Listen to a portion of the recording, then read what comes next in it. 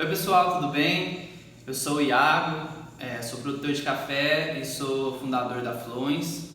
Durante nossa jornada como cafeicultor, principalmente nos últimos anos, aprendemos que temos que conhecer e saber lidar com a nossa matéria-prima, que é o café. E o desafio nosso está em conseguir passar os sabores dos grãos para a semente. E isso acontece através dos micro-organismos presentes no fruto, que precisam principalmente de açúcares para executar essas ações, a famosa fermentação. Fermentação ficou em alta nos últimos anos, mas a realidade é que ocorre fermentação em todos os cafés. E com isso, aprendemos que o processo de pós-colheita é responsável por mais de 60% da qualidade do seu café. E eu vou explicar o porquê. O processo que a gente teve mais resultado positivo foi o que a gente aplicou um microclima mais ameno e uma secagem mais lenta, pelo menos na primeira semana, onde ainda se tem bastante açúcares nos grãos para os micro-organismos agirem. E os processos que a gente teve mais pontos negativos foram os que deixamos os cafés mais secos, os passas, pegarem umidade durante o processo de secagem, acarretando nos famosos fungos riado-rio. Sei que são muitas variáveis para a gente controlar num processo perfeito, mas eu acredito que a gente tem que pelo menos ter consciência dessas variáveis e tentar controlar o máximo possível. Para se ter um café de excelente qualidade, a gente precisa principalmente de uma planta bem nutrida e saudável, de micro-organismos no fruto, de açúcares e um microclima favorável. Com uma planta bem nutrida e saudável, vamos ter frutos bem granados, vamos ter que usar menos químico para doenças e, consequentemente, vamos matar menos micro-organismos. Se fizermos um controle de mato mais ecológico, além da gente transformar o mato em adubo, também vamos matar menos micro-organismos benéficos.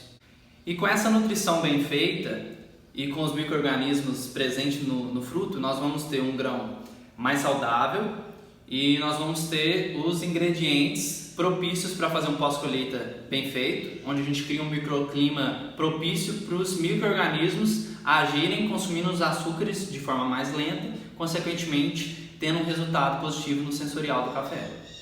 É um fato que o grão maduro é a melhor matéria-prima que a gente pode ter para fazer um pós-colheita bem feito, porque você tem grãos saudáveis e com muitos açúcares para acontecerem essas ações.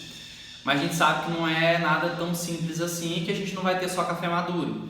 Então a gente vai trabalhar em cima de cada realidade, de cada matéria-prima nos próximos passos.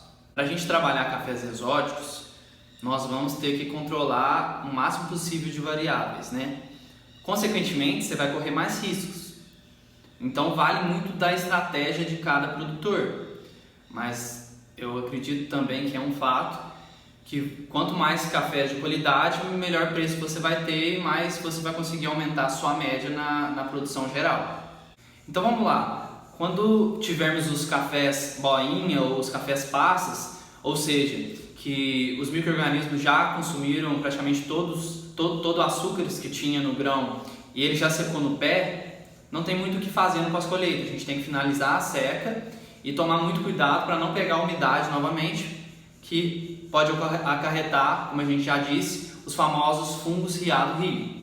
Agora, se você tiver o boião, ou seja, o boião ainda tem algum nível de açúcares no grão, você pode sim aplicar um processo de secagem mais lenta, de microclima mais ameno, nos primeiros dias, para tentar intensificar as ações do micro-organismo para consumirem esse restinho de açúcar que ainda existe. Mas é um fato que o boião é um café que você tem que ficar muito de olho e acompanhar todo o processo de perto, porque ele tem menos açúcares e ele já tem uma umidade mais baixa, que é um ambiente propício para desenvolver fungos riado-rio. Então o cuidado é muito grande nessa matéria-prima. Já nos cafés maduros, que são a melhor matéria-prima que a gente tem para trabalhar, devemos aplicar um processo de secagem lenta, com um clima mais ameno, pelo menos na primeira semana, para intensificar as ações dos micro-organismos ali consumindo os açúcares que tem muito no grão ainda. Nesse processo, a gente deve enxugar de uma rapidez média e secar o mais lento possível. O que acontece quando você enxuga e seca muito rápido o grão que está maduro? Ele vai perder umidade muito rápido, ele vai perder também açúcares muito rápido e, consequentemente, a gente vai perder os micro-organismos que são benéficos para a gente ter mais complexidade de sabores.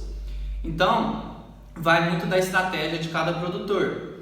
É um fato que quando você seca e enxuga mais rápido, você vai ter só aqueles sabores que já passou para a semente até aquele momento, nada mais, mas ao mesmo tempo você tem que controlar menos variáveis e você vai correr menos riscos, né?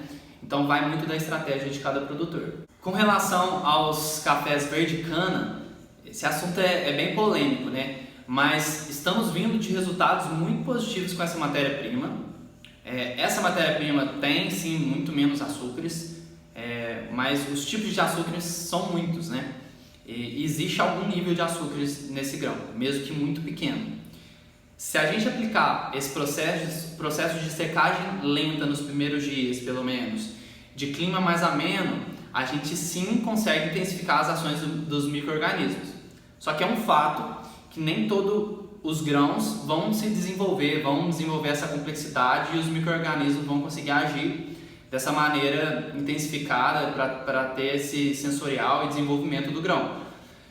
Então, quando você aplica esse processo no café verde cana, a gente vai ter mais defeitos físicos, porque nem todo grão vai desenvolver, mas um sensorial bem exótico, inclusive com notas que às vezes você não tem num café maduro, num café boia. Então, acho bem legal a gente explorar essa matéria-prima e se vocês tiverem alguma dúvida, alguma coisa, pode contar com a gente. E é isso, galera, assim, a gente quis compartilhar um pouco da nossa vivência nesses últimos anos, de todo o nosso estudo, e esse é o primeiro vídeo de muitos que a gente vai compartilhar aqui conhecimento com vocês. Valeu!